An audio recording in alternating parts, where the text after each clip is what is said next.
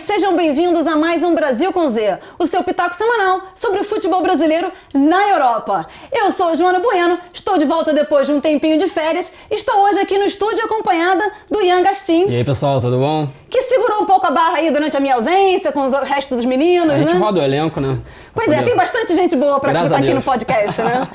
Pois é, e como esse fim de semana, nesse próxima semana, não tem futebol europeu, ou melhor, não tem futebol de clube na Europa, e não vai ter jogador brasileiro nem na Europa, nem no Brasil, porque não tem nem seleção brasileira, a gente vai falar um pouquinho das ligas europeias que estão chegando na reta final, às vezes 10, 8 rodadas pro fim. Então, assim, vamos falar um pouco dessa arrancada final e vamos também discutir, como sempre, o melhor e o pior dos brasileiros no último fim de semana. Vamos começar?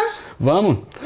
Então, eu queria começar já com o meu melhor, porque o meu melhor jogador no fim de semana, ou pelo menos o que eu achei que foi o melhor, foi até difícil eleger o melhor, porque tiveram algumas atuações de destaque, foi também o jogador que jogou no melhor jogo da última rodada. Exatamente. Então, eu vou de Marquinhos no Paris Saint-Germain.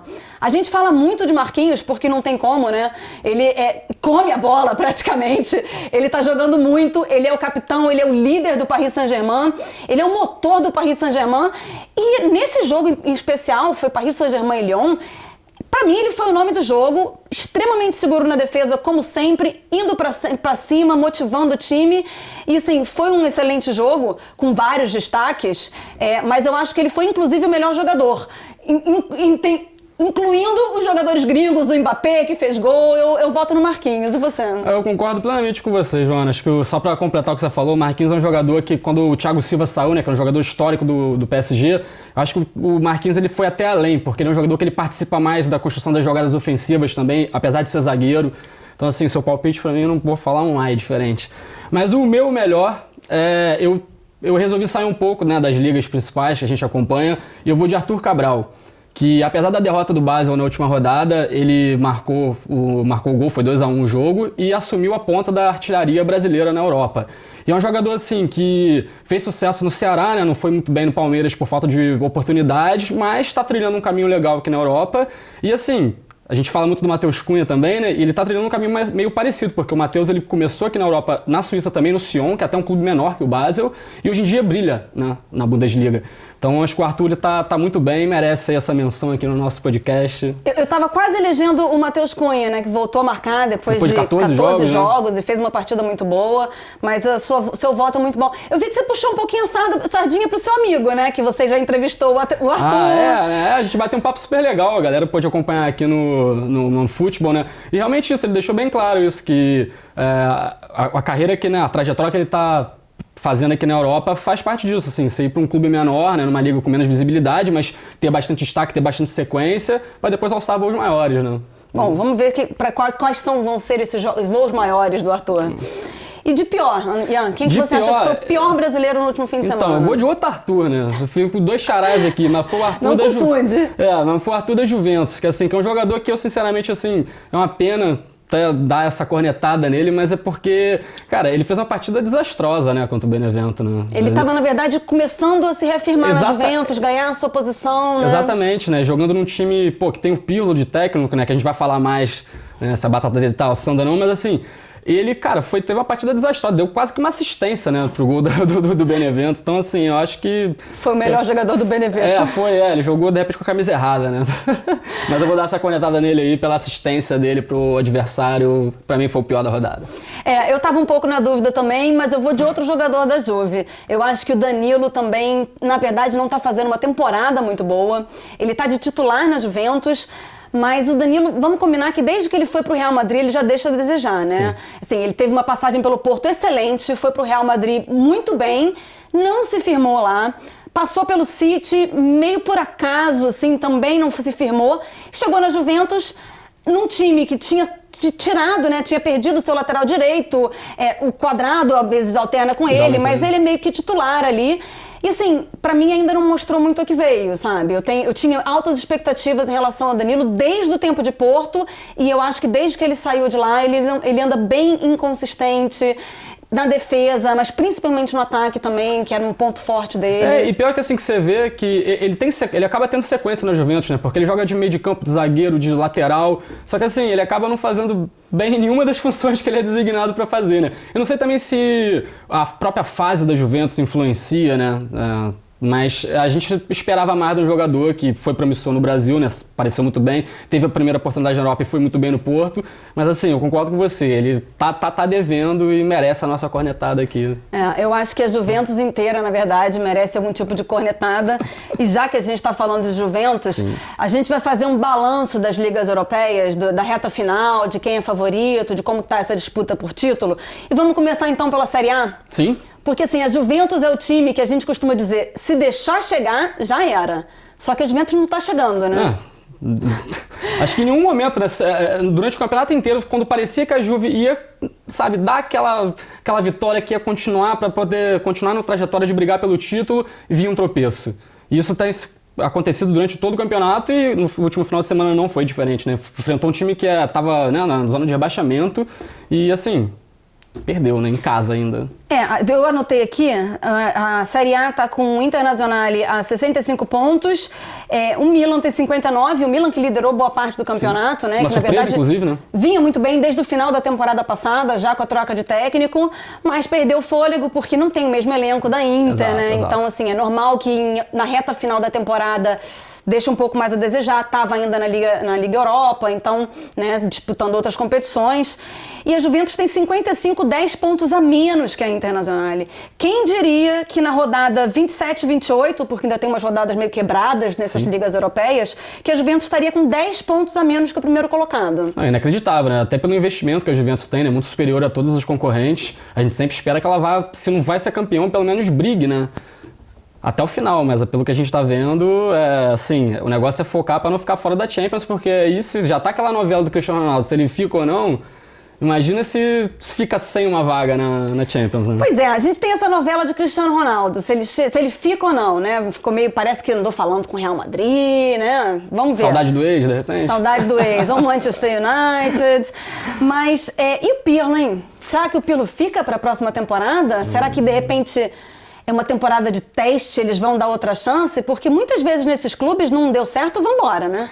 O Pirlo, ele tem, né, o super trunfo dele ali de ter sido ídolo no clube, né? Então, talvez ele tenha um pouco mais de paciência dos torcedores, da direção do clube, mas assim, é inegável que ele tá com um elenco que, beleza, pode não ser o melhor elenco da Europa, mas ele tá produzindo muito pouco com o que ele tem em mãos, né? Um time que tem Cristiano Ronaldo, assim, não pode patinar no campeonato italiano e ficar de fora das quartas da Champions. Então, assim, o meu palpite, se fosse para você me perguntar qual é o meu palpite, eu acho que ele vai acabar dançando. Eu tenho uma teoria de que, em geral, o meio-campista se torna um bom técnico. Porque é uma posição que, quando ele joga, ele tem uma boa visão do jogo inteiro, né? Do ataque, do meio-campo, obviamente, da defesa. E de armação de jogo. Então a gente vê, por exemplo, o Guardiola, a gente vê vários jogadores técnicos que foram meio-campistas e nem. E eu tinha grande expectativa pro Pirlo por causa disso, porque foi o meio-campista dos melhores que eu já vi. E é engraçado, né? Você vê que o Pirlo, que foi, né, um grande meio-campista, um jogador cerebral, o time dele, que ele tá treinando, sofrer com falta de criatividade. No meio de campo. No meio de campo, assim. Então é uma coisa que... E com jogadores bons, assim. A Juventus até tá passando um pouco por essa troca, né? Como a gente fala muito do Real Madrid, do Barcelona. Mas a gente não tem um elenco de respeito ainda, né? Não, tem um elenco pra ficar na frente do Milan, pelo menos, assim. E fazer dar um calor na Inter, né? Porque tá assim, você ficar 10 pontos atrás, assim, é decepcionante. Por isso que eu acho que meu palpite, assim, a temporada terminando como está, a Juventus, de repente, pode optar por uma troca aí. Porque, na real, ele tinha sido contratado para comandar o Sub-23, né? Ele acabou dando essa oportunidade aí, muito em função do nome que ele tem, da história que ele tem. E, assim, futebol é resultado, né? Ele não tá tendo resultado, então... Não. Eu acho que pelo menos até o final da temporada ele fica, mas realmente se ele não chegar a encostar na Inter... Se pelo menos der um calorzinho ali, eu acho que vai acabar ficando pra trás. E essa vaga na Champions? São 4 times que se classificam. Por enquanto, a Juventus e a Atalanta têm o mesmo número de pontos, 55. Mas a gente vê Napoli com 53, Roma com 50 e Lazio com 49. Você acha que dá para algum desses outros times ou vai ficar mesmo com a Atalanta? A briga tá aberta, né? Mas o meu palpite é que vai acabar ficando com a Atalanta, assim. Então, um time muito bem arrumado pelo Gasperini. Tem o Tolói, né? Que é um brasileiro que tá jogando muita bola. Inclusive, eu acho até estranho ele estar na Atalanta até agora. Acho que ele já deveria ter tido oportunidade num clube de mais destaque, seja na Itália ou em outro lugar na Europa. Mas, assim, meu palpite, eu acho que vai acabar dando a Atalanta, assim. Até pelo trabalho consistente que o Gasperini tem feito nos últimos anos. Então, apesar da diferença estar curta ali, o meu palpite é que a vaga vai ser da Atalanta. Vai ser um pouco estranho a gente ver uma Champions sem Napoli, né? Que o Napoli vem participando com frequência, mas Milan de volta, de repente. Milan de volta, né? Com Ibra, ó. É porque Champions sem Milan, eu acho que a gente até se acostumou, mas no início era muito estranho, né? Pra gente que é mais antigo, né? É realmente esquisito, porque... Mas, ó, não deixa a nossa idade aparecer, não. não. A idade não vamos falar, não. Mas é só pra dizer pra galera que é mais nova aí que o Milan costumava ser um clube que brigava com bastante coisa na Europa, né? Campeão. E, assim, passou por esse período de vacas magras e, assim, é legal ver de volta. Um clube que sempre teve brasileiros, né, na história. E legal. Vamos ver se também não vai ser voo de galinha, né? Que só dá um negocinho e cai. Vamos passar um pouco então para outra liga? Sim, a gente estava falando da Série A, né? Na Bundesliga a gente tem uma situação que não tá... parecia que o Bayern ia, né, dar a disparada, né? Assim como a Inter disparou, mas acabou que o Bayern também teve seus tropeços. Segue na liderança com 61 pontos, né? Mas com o Leipzig ele atrás 4 pontos só de diferença. Mas, né... Na tabela aqui o Wolfsburg está em terceiro com 51 e o Frankfurt com 47. A gente pode dizer que, né, a disputa está entre o Bayern e o Leipzig. A Bundesliga costuma ter muito essa disputa entre dois times, né? Muitas vezes Bayern e outro. Geralmente o Dortmund, né? Normalmente é o Dortmund, mas nos últimos anos vem sendo o Leipzig, que é muito consistente. Dos anos pra cá trocou de técnico, troca de jogador, porque investe muito nesses jogadores jovens e sempre perde esses jogadores jovens, sim. né? Então, por mais que mude, o Leipzig tem sido bem consistente como esse segundo, disputando o título, como esse segundo colocado na Alemanha. Eu vou te dizer, eu acho que esse ano o Leipzig tem mais condições de bater o Bayern do que nos anos anteriores. Eu acho que o time está jogando melhor, apesar de ter perdido o Timo Werner, por exemplo, que era o seu principal jogador até o ano passado. E o Bayern ser esse timaço que ganha tudo e que disputa tudo e que vai brigar por tudo mais uma vez.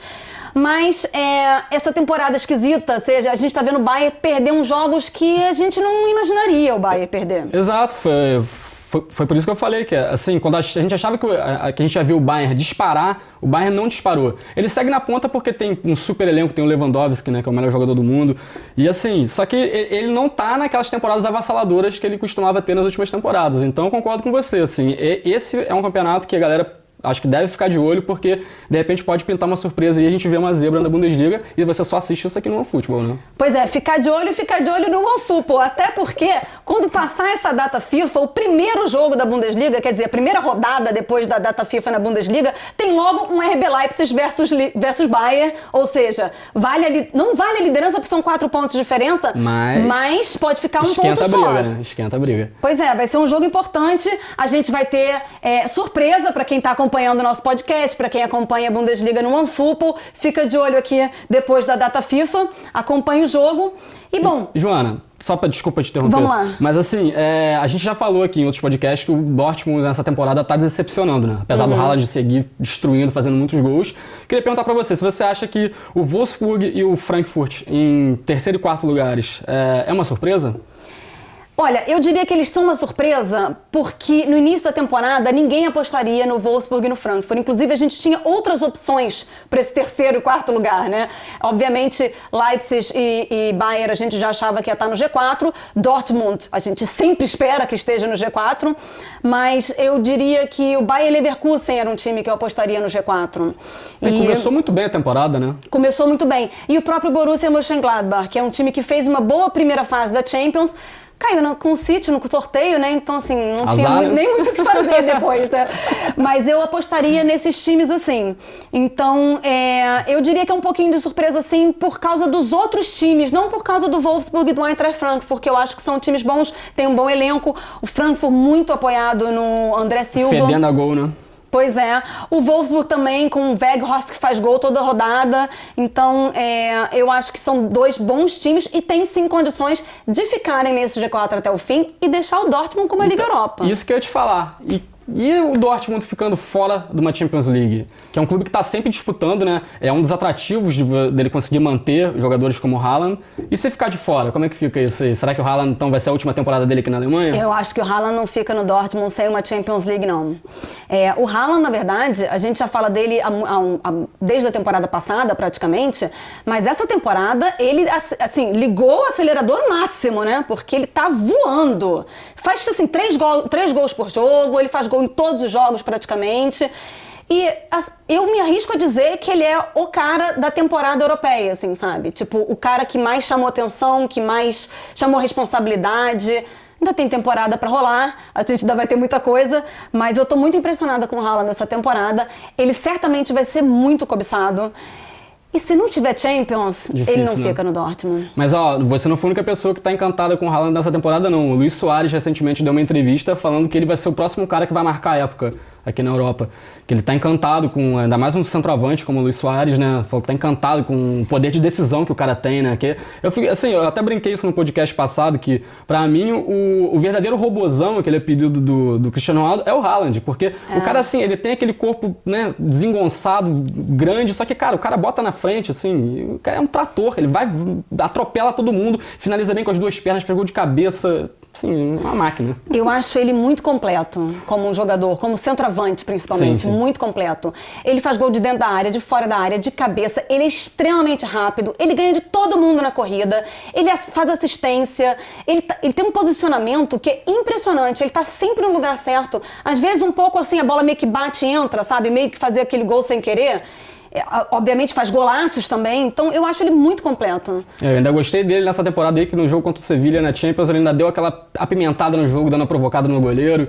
Eu acho que isso é importante porque o jogo ele também é mental, né? Então você também saber desestabilizar o seu oponente ali com uma bobeira e uma gracinha no ouvido dele sempre uma pimentinha, mas é personalidade, eu admiro isso. Tem personalidade legal. Também, né? Cara, o Haaland a gente vai falar muito aí em bastante podcast, mesmo a gente focando mais nos jogadores brasileiros, acho que tem muita coisa de Haaland pra gente falar ainda. E bom, eu falei um pouco, a minha decepção, eu acho que é o Bayer Leverkusen, que agora caiu para 6º, né, perdeu a 2ª partida seguida, demitiu o Peter Bosz, demitiu o técnico. Você acha que não é um pouco demais, não? Porque assim, tudo bem, eu até esperava que o Bayer Leverkusen fosse estar melhor, fosse estar em 4º, fosse estar disputando uma Champions, tá 7 pontos atrás da última vaga para Champions, mas também não tá indo tão mal assim, né? Foi 2 derrotas seguidas, já tem técnico caindo. Parece coisa do time brasileiro, né? Eu diria isso, porque realmente, e vamos ser sinceros, né? Tipo, o Bayer Leverkusen, beleza, tem um time bom, tem o Bailey, né, que é um excelente atacante, mas assim, gente, 2 derrotas, vai queimar um técnico que tá fazendo, no geral, um bom trabalho, eu acho um pouco demais também. Eu acho que você tirando ele agora, faltando 10 rodadas, né, pro final, assim, você acabou com as chances do clube. Como é que você vai trazer uma pessoa? Não vai dar mais, você vai ter que apostar no interino. Assim, a não ser que o Bahia tá achando que tem um Hansi Flick da vida aí que vai poder tirar leite de pedra nesse final aí nessa reta final da temporada, né? Eu acho que, assim, quem sou eu para cornetar o trabalho de quem, né, trabalha com isso, mas assim, eu como jornalista, eu acho que espera a temporada acabar, né? Assim, depois você tem mais tempo para poder contratar alguém, começar um trabalho de novo, assim. Agora foi mais uma coisa para agradar, assim, aquela coisa que os clubes brasileiros fazem muito, né? Tentar agradar a torcida, né? Dar alguma resposta, mas assim, eu achei um pouco precipitado. Também achei, eu concordo plenamente. Vamos encerrar a Bundesliga então falando do Matheus Cunha? Que voltou a marcar, depois de 14 jogos. Faltava um pouquinho de confiança, não? Então, o Matheus Cunha é um jogador assim que ele quando ele chegou no Hertha, todo mundo, a gente mesmo pensou, né, que esse vai ser a temporada que ele vai estourar, porque, né, foi um clube quando ele vai ter sequência, vai poder jogar. E assim, começou bem, né? Se a gente vê, a torcida do Hertha gosta dele, mas ele acabou perdendo fôlego. Teve algumas lesões, né? E assim... E o Hertha perdeu o fôlego, né? O Hertha tá brigando contra o rebaixamento. Tá em 14º, são 18 na Bundesliga, não são 20. Mas tem 24 pontos, um a mais do Colônia, que tá no playoff, que disputa o playoff contra o 3º colocado da segunda divisão, né? A gente não achava que ia ver o Hertha brigando contra o rebaixamento no início da temporada, né? Isso que eu ia te falar, assim, é uma coisa meio, assim, inacreditável. Apesar do Hertha a gente não achar que ele fosse brigar lá pelo título da Bundesliga, assim, a gente achava que ele fosse fazer uma boa campanha, porque tem um time arrumado, né? E assim... Investiu bastante no elenco. Pô, e tirar... Piatek, Guendouzi, o próprio Matheus Cunha que chegou no ano anterior. E agora pegou o Khedira também, que não deve ter um salário barato, né? E assim, e tá nessa situação é um pouco surpreendente. Pra mim é a maior surpresa, assim, né? Nem tanto o o Dortmund ficar fora da Champions, porque ainda tem chance, tem campeonato ainda, de repente ele ainda pode pegar essa vaga, mas para mim a maior surpresa do campeonato até agora é o Hertha tá passando perrengue nessa edição da Bundesliga, coisa que a gente não imaginaria um tempo atrás. Pois é, enquanto o Hertha tá em 14º, o Union Berlin, que a gente não dava nada, tá em 7º, de repente ainda belisca uma vaga na Liga Europa. Não, e o que é engraçado do Union Berlin é que é um time que tem, né, sempre teve muita força da torcida, jogando em casa, né, o estádio vira um caldeirão, né, pequeno, e assim, e tá sem torcida desde o ano passado, e tem feito uma excelente campanha. E é uma surpresa legal, porque é um time simpático, né, então eu fico feliz de ver. E tem União e Hertha vindo por aí no OneFootball também, né, vamos ficar de olho na próxima rodada. Vamos passar então para a Premier League, porque assim, é a liga que tem menos... Eu não vou dizer que não tem menos surpresa, porque né, o Liverpool em 7º lugar é surpresa. Isso é uma surpresa. Mas o City talvez tá na ponta, tá com 14 pontos de diferença, não é muito surpresa também, né? Não é essa surpresa. Essa a gente já deu como ganha, né? Não, já a disputa aqui é para ver quem vai para Champions, né? Porque... Que, aliás, tá uma disputa muito boa. Exatamente. E, inclusive, a gente vai falar disso, né, também, mas imagina o Liverpool sem a Champions League, como é que fica? Vai conseguir manter o elenco? Isso aí é bem complicado, porque o Liverpool é um dos grandes times da Europa nos últimos anos, e a gente coloca sempre City, Liverpool, Bayern, Real Madrid, Barcelona mais ou menos, né, porque anda meio mal das pernas, o Paris Saint-Germain, a gente tem sempre esse grupo, né, e o Liverpool tá ali já tem uns 3 ou 4 anos, né, de repente... A gente não sabe como é que ele vai na Champions, né? Porque ele ainda está disputando. Se ganhar a Champions, vai para que se classifica. Mas pela Premier League está complicado. Está em 7º lugar, 46 pontos. Vamos lá, o Manchester City está em primeiro, United em segundo, e aí fica mais apertado. United em segundo com 57, Leicester com 56, abre um espacinho para o Chelsea com 51, se recuperando desde que chegou o Tuchel. West Ham, Tottenham e o Liverpool tem 46, que são 5 pontos a menos que o Chelsea. Num campeonato tão disputado quanto a Premier League, é muito ponto para tirar, né? Em um campeonato com adversários difíceis também, né? Porque o nível da Premier League é muito alto. Você enfrentar um time que está na parte de baixo da tabela não quer dizer vida fácil, né? Então, às vezes, você pode olhar e ver, são só 5 pontos... Beleza, não são 2 vitórias, você consegue tirar isso. O problema é você conseguir essas 2 vitórias, ainda mais o Liverpool na sequência que tem vindo, perdendo jogos em casa. Que perdeu pro Fulham, perdeu pro Burnley, perdeu para vários times que estão lá na parte de baixo. Então assim, é uma situação curiosa, mas eu queria destacar aqui, assim, que eu como fã da Iron Maiden, eu fico muito feliz de ver o West Ham nessa briga aí pela Champions League. Se conseguir, né, tá 2 pontos do Chelsea, você vai ser a primeira vez na história que vai jogar uma Champions League. É um clube simpático, né, que é working class, né, o Ham não é de presunto, é de martelo, né, clube fundado por funcionários de um estaleiro, sabe? E pra mim, assim, eu tô super feliz de ver o David Moyes fazendo um excelente trabalho, é um técnico com muita história, mas que tava há um tempo sem, né, ter bons resultados na Premier League. Ficou muito queimado com a passagem dele no United, né? Mas é legal ver ele recuperando a carreira, né? E fazendo um bom trabalho, tendo chance para fazer um bom trabalho. Eu não sou tão fã do West Ham quanto você, mas eu gosto muito do Antônio, do centroavante deles. Fazendo gol a rodo também, né? Que joga muito bem, que tem um excelente posicionamento também, não é o Haaland, mas tem um excelente posicionamento e fazendo gol a rodo, né? Sim, então na Premier League, que é sempre difícil, né? E outro destaque desse time do West Ham, que também não deixa de ser curioso, né? É o Lingard, né? Que ele foi contratado no último dia, né, da janela de transferência, se eu não me engano. E assim, foi naquela coisa que, tava em baixa no United, nunca rendeu o que se esperava dele, né? E assim, acho que todo mundo queimou a língua, né? Porque o cara tá jogando uma bola danada, Eu acho que né? ele tá jogando no West Ham, que ele nunca jogou no Manchester United. Talvez pra calar um pouco a boca das pessoas, ou talvez pra voltar, né, pro United em algum momento, mas ele tá jogando como nunca antes. Sim, e também tem outro jogador desse time, só pra gente fechar o pacote West Ham, desculpa, porque eu gosto muito do time, mas tem o Rice, né, que é um jogador versátil, jovem, pode jogar de volante, de zagueiro, de lateral. Foi recentemente elogiado até pelo Guardiola. O Guardiola falou que tem gostado muito das atuações dele na Premier League, né? De repente é um jogador que a gente pode ver, pra minha tristeza, jogando em outro clube, né, na próxima temporada. O Rice eu gosto também, ele tá no meu fantasy team da Premier League, então ele sempre faz uns pontinhos, eu gosto bastante dele também. Ainda na Premier League, Tottenham em 6º lugar com 48. Já foi eliminado da Liga Europa. Aliás, um certo, né, meio vexame. Vexame. Eu acho que o Tottenham passou pelo Wolfsberg, é fácil, porque é um time pequeno da Áustria. E aí ficou achando assim, Dinamo Zagreb, Liga Europa. Pois é, não foi legal. Já não tem mais Copa, já não tá mais disputando a FA Cup, já não tá mais disputando nada, a não ser a Premier League. Mourinho nunca passou uma temporada sem título, temporada inteira. Porque ele assumiu, porque a temporada passada ele chegou no meio. Vai ser a primeira? Que tudo indica sim, né? Com 48 pontos, eu acho que fica difícil até pra ele chegar na Champions. Eu acho que assim, que o título dele nessa temporada é justamente isso. Se ele conseguir tirar essa diferença de pontos e ir pro Chelsea e beliscar essa vaga na Champions aí, vai ser um título, né? Porque, assim, não vai brigar mais por nada, porque já foi desclassificado de todas as competições, como você falou pro Zagreb lá, de forma vexatória. E assim, eu acho que se fosse para destacar uma coisa boa desse time do Tottenham nessa semana aí, que aconteceu, foi o Carlos Vinícius, um atacante brasileiro, que marcou o primeiro gol dele na Premier League, né? Então... eu tava no início do episódio dizendo que tava difícil escolher o melhor. Então, eu tinha primeiro colocado o Matheus Cunha. E aí depois eu falei, não, eu vou botar o Carlos Vinícius. Aliás, eu vou fazer diferente, eu vou colocar a dupla Carlos Vinícius e Lucas Moura. E aí depois veio o Marquinhos, cara, eu não tinha dúvida. Aí era Marquinhos. Mas realmente, ele tá ganhando um pouquinho o espaço dele, né? Ele tava meio relegado a Copa, né? A Wolfsberger, por exemplo, mas ele vem aproveitando as oportunidades, né? Que pra ele, assim, a competição pra ele é difícil, né? Vamos ser sinceros, né? O cara é a reserva do Harry Kane, né? Que é um jogador disputado por grandes clubes na Europa, tem muita mídia, né? Não vamos discutir com o futebol dele, mas enfim, o cara é difícil você chegar num time que... Eu senti um certo amargo aí.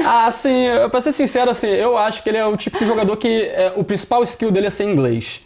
Se ele fosse qualquer outra nacionalidade, ele não teria o destaque que ele tem, com todo respeito, assim, eu não vou falar que é um jogador ruim, pelo amor de Deus, mas eu acho que o hype em cima do nome dele é muito em função porque ele é inglês, os ingleses adoram inflar os jogadores deles. A mídia inglesa é assim, surgiu alguém bom, é o melhor do mundo já. Surgiu um inglês bom, é o melhor do mundo, porque essa coisa de bring football home, né? Eles acham que são os donos do futebol, então eu acho que tem um pouquinho disso. Eu lembro quando o Rooney estourou, chamavam ele de o Pelé branco. Aí, gente, pelo amor de Deus, assim, porra, não dá, né? Desculpa até o palavreado. Eu gosto bastante do Harry Kane, eu acho ele um muito bom centroavante. Apesar de, como o Haaland, ser grandão, não é pesado, é rápido, mas realmente a mídia inglesa influi ele um pouquinho demais. Mas, bom, se o Tottenham não conseguir nem vaga na Liga Europa, eu acho que dá tchau pro Mourinho também, né? Até porque o salário dele não é nem um pouco baixo, né? Ele foi contratado a peso de ouro, né? Um treinador que tem muita história. Assim, foi uma aposta para o Tottenham, né, de repente, não mudar de patamar, porque o trabalho do Pochettino já tinha mudado o Tottenham de patamar, mas acho que ele foi contratado para ser o treinador ali... Pra ganhar título. Pra ganhar título, exato. Até porque ele fede a título também, né? E o Tottenham não ganha um título há não sei quantos anos. E o Mourinho ganha título todo ano. Então a contratação foi exatamente essa. A gente quer título. Levar pelo menos uma FA Cup lá, alguma coisa assim, né? Mas acabou patinando. Mas assim, eu ainda não sei, eu ainda acho que... Assim, ficando fora da Champions, eu não cravaria que o Mourinho vai sair. Porque eu acho que ele tem uma gordura ali ainda pra queimar, mas, enfim, nunca se sabe, né? Nunca se sabe. E uma liga que a gente dava um pouco como certa, há uns episódios atrás, porque o Atlético tinha disparado, e o Real Madrid e o Barcelona, cada semana a gente dizia, não, tá indo bem. Aí depois, não, tá indo mal. Não, tá indo bem, porque, né, são os dois times, eu acho, mais inconsistentes da Europa. Temporada... Agora o Barcelona deu uma encostada. Sim, não, você falou que o Barcelona deu uma encostada, mas assim, é bom lembrar que o Real Madrid tá com um terceiro e só a 2 pontos do Barça, né? São 6 pontos entre o Real e o Atlético. Atlético tem 66, Barcelona 62, Real 60. E ainda tem jogo pra vir. Tem Real Madrid e Barcelona no próximo dia 10 e tem Barcelona e Atlético de Madrid na 35ª rodada. Ou seja, esses times ainda se enfrentam entre si. Tudo pode acontecer na La Liga. Você tirou as palavras da minha boca. Eu acho que tudo pode acontecer. A gente pode olhar a tabela e achar que o Atlético tá, né, beleza, em primeiro, vai levar o título. Não, eu acho que não. Tá tudo completamente em aberto. Até porque, assim, eu tô de queixo caído com a temporada que o Benzema tem feito no Real Madrid. Sim, um jogador também que... do time. O cara tem feito gol, dado assistência. No último final de semana, fez 2 gols e deu uma assistência. E assim, é meio inexplicável, na minha opinião, o quanto que o Zidane tá rendendo com esse time do Real Madrid. Que, convenhamos, tá longe de ser aquele Real Madrid galáctico que a gente tava acostumado a ver, né, nos últimos anos, né? E assim, quando ninguém apostava nada no Real Madrid, eu lembro que até vários amigos falaram, não, o Real Madrid nessa temporada aí vai cair na fase de grupos da Champions, assim. E o time tá aí. Tava perdendo pro Shakhtar. E o time jogando bem, jogando um bom futebol, assim, né? Tô gostando muito do Kroos, também voltou a fazer... O Kroos e o Modric voltaram a jogar um bom futebol. E eles são o motor do Real Madrid, né? Eles são, assim, esse meio campo com Kroos, Modric e Casemiro. O Casemiro ali fazendo a contenção e a saída de bola, não... Pois é, vamos combinar que tem poucos meios de campo no mundo que são melhores que esse. E só que eles não vinham fazendo o seu melhor jogo. E eu acho que, de repente, nos últimos 2 meses, eles melhoraram muito o nível de jogo deles. Mas, realmente, o Benzema é o cara da temporada. Eu acho até que... Acho interessante desse meio campo que você falou, que acho que ele acabou ajudando até o Vinícius Júnior a jogar melhor, né? O Vinícius Júnior tem engatado uma sequência de partidas titulares, né? Acho que nos últimos 11 jogos foi titular em 8. E assim, ele tem crescido de produção, apesar de continuar com aquele velho problema dele, né? Que parece que quanto mais perto do gol ele chega, mais difícil fica pra ele fazer gol, né? Os stats dele lá vão diminuindo, né? Assim, tem feito excelentes partidas, né? Eu acho o Benzema, inclusive, fazendo assistência pro Benzema, hoje passando a bola um pro outro, que era uma coisa que eles meio que não faziam, né? Mas falando de brasileiro aí do meio campo, queria te perguntar uma coisa. A gente fala muito do Casemiro e do Fabinho, né? Que são excelentes jogadores, né? Que disputam a posição na seleção brasileira. Quem que você acha melhor? Casemiro ou Fabinho? Eu sou muito fã do Casemiro há muito tempo. E eu acho que o Casemiro tá jogando nesse nível já tem bastante tempo. Inclusive, durante a Corona Pausa, a gente resolveu fazer algumas eleições, assim, né, de melhores brasileiros dos últimos anos. E aí tinha fechado a década, né, que tinha finalizado a década com 2020. Eu elegi o Casemiro como o melhor brasileiro na última década. Sim. Porque o cara ganhou 4 Champions. Pô, sendo o motor do time. Na verdade, eu acho que quando ele entrou nesse time, ele fez a diferença para esse time se tornar o Real Madrid que se tornou agora. Tava faltando essa segurança no meio de campo. Então, eu acho que ele mudou o Real Madrid. Mas o Fabinho, realmente, eu acho que ele tá no melhor momento. O Liverpool não tá no melhor momento, mas nos últimos 1 ou 2 anos... O Fabinho é um dos melhores brasileiros que tá na Europa, com certeza. E seja no meio de campo, na lateral direita, na zaga, porque ele, diferentemente do Casemiro, ele é polivalente, né? Isso que eu ia falar. O Casemiro, eu acho que na posição ali como primeiro volante, se eu fosse assinar o cheque, eu contrataria o Casemiro. Eu acho que um jogador que para jogar de primeiro volante é superior. Mas o Fabinho entra a questão da polivalência, né? O cara joga de lateral, joga de volante, joga de zagueiro, assim, e sempre mantendo uma qualidade absurda. E então, assim, eu confesso que na real falei que eu assinaria o cheque pelo Casemiro, mas agora pensando melhor, assim, na real eu ficaria... Cara ou coroa ali, que caiu, eu contrataria. Fabinho é uma excelente opção para a seleção brasileira, que inclusive vem sendo chamado, não estou criticando o Tite não, ele está jogando quando a seleção joga. Sim, quando joga. Mas por essa questão de polivalência, vai para um campeonato, se lesiona alguém, ele pode entrar em qualquer lugar. Então ele é um cara muito importante para a composição do elenco também, né? Sim, sim. E vamos lá, o que mais que a gente ainda não falou? A gente tem aqui também a Liga Nós, né, de Portugal, que tá praticamente definido também, né? O Sporting lidera com 64 pontos, o Porto vem ao segundo com 54, 10 pontos atrás, o Benfica, né, do querido Jorge Jesus, 51 pontos, para mim a decepção, né? É uma das decepções da temporada europeia, exato, porque o Benfica contratou ele, deu todo o suporte para ele financeiro, contratou quem ele quis, obviamente que quis jogar no Benfica. E, assim, um terceiro lugar em Portugal, com o investimento que o Benfica teve nessa temporada, 100 e tantos milhões, assim, é decepcionante. E ainda pode perder esse terceiro lugar, exato, né? Porque o Braga vem em quarto lugar com 50 pontos. Eu diria que o Benfica é uma das decepções europeias, porque realmente eu esperava mais, com o elenco que tem, com o Jorge Jesus chegando. Vamos lembrar que o Jorge Jesus não precisou de muito tempo de adaptação no Flamengo. Então, assim, realmente acho que o trabalho dele está sendo bem abaixo do esperado. Espero que o Benfica mantenha ele para a próxima temporada, para ver se de repente numa segunda temporada ele consegue entregar tudo o que prometia. Mas eu acho que o Porto está sendo bem decepção na temporada portuguesa. Não vou dizer de Champions, porque, né, acho que a gente não esperava que o Porto fosse estar onde está. Pelo menos não no início da Champions. Mas na temporada portuguesa, talvez agora já tenha até virado a chave e já esteja meio que não ligando muito, né? Mas 10 pontos atrás do Sporting, eu acho bem decepção. Só para falar mais um pouco do Benfica, que é uma coisa curiosa, né? O Benfica acabou emprestando, né, o Carlos Vinícius, que tinha sido artilheiro do último campeonato português, para o Tottenham, né, com opção de compra, para poder apostar no Darwin Núñez, né, o atacante uruguaio que chegou também a peso de ouro, maior contratação da história da Liga Portuguesa.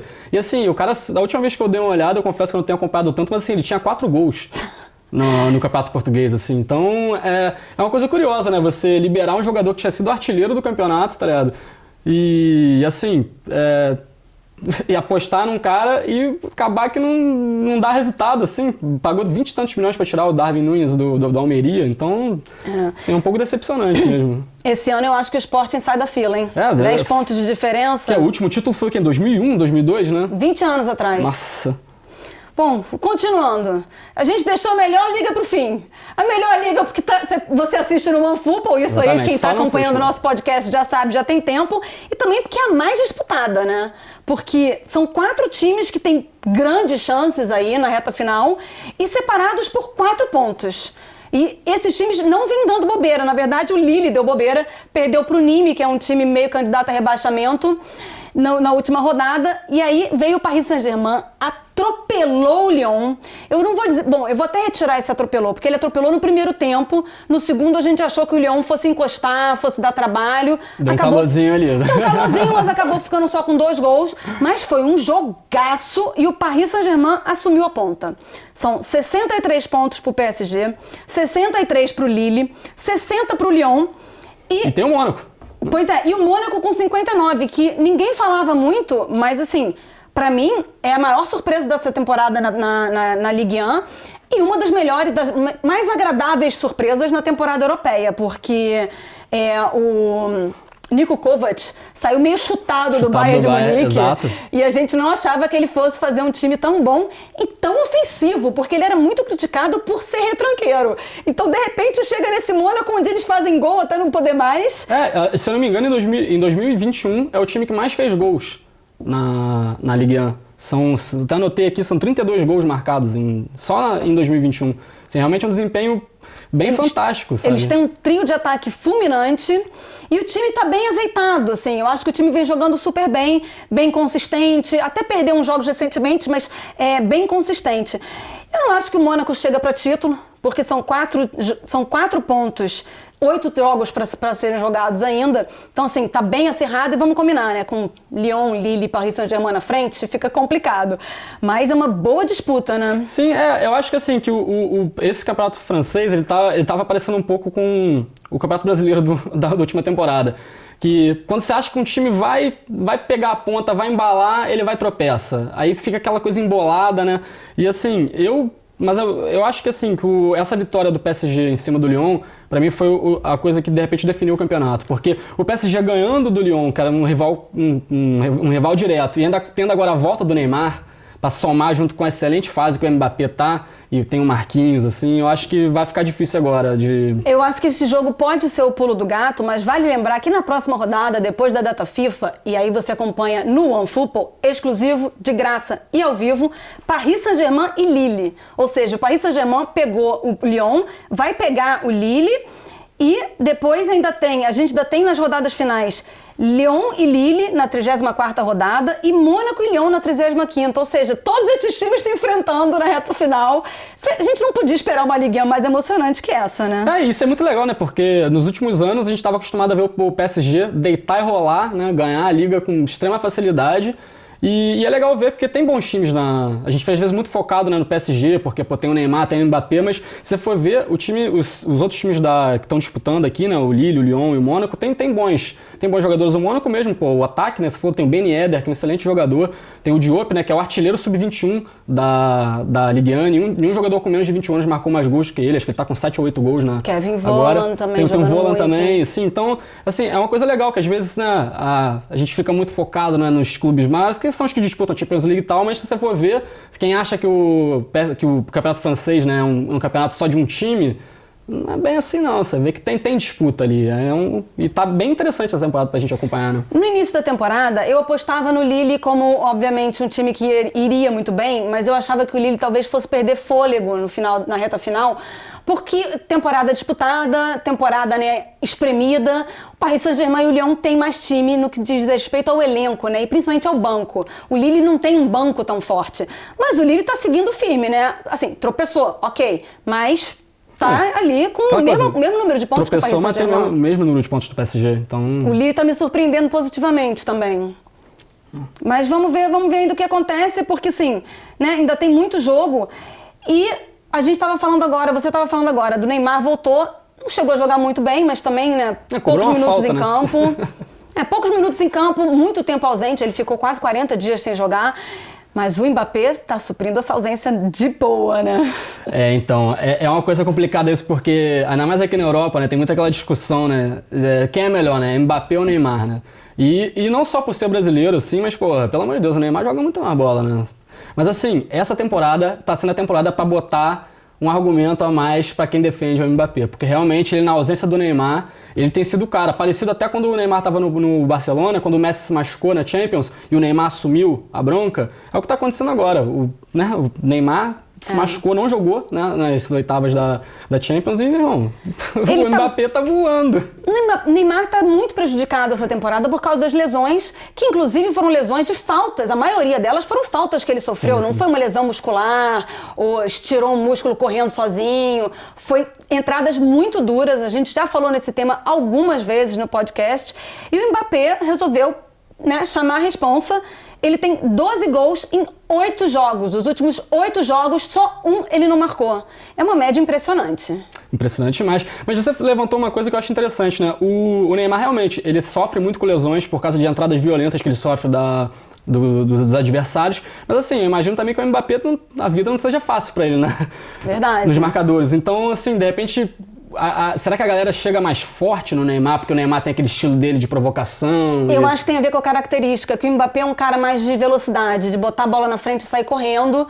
No próprio jogo contra o Lyon, teve uma arrancada dele que me lembrou uma arrancada que o Bale fez no Real Madrid-Barcelona, onde ele passa pelo lado de fora do campo. Lado de fora do campo, é. Foi exatamente isso que eu vi quando eu estava assistindo aquilo. E o Mbappé tem mais essa característica de passar, então às vezes ele pula a falta.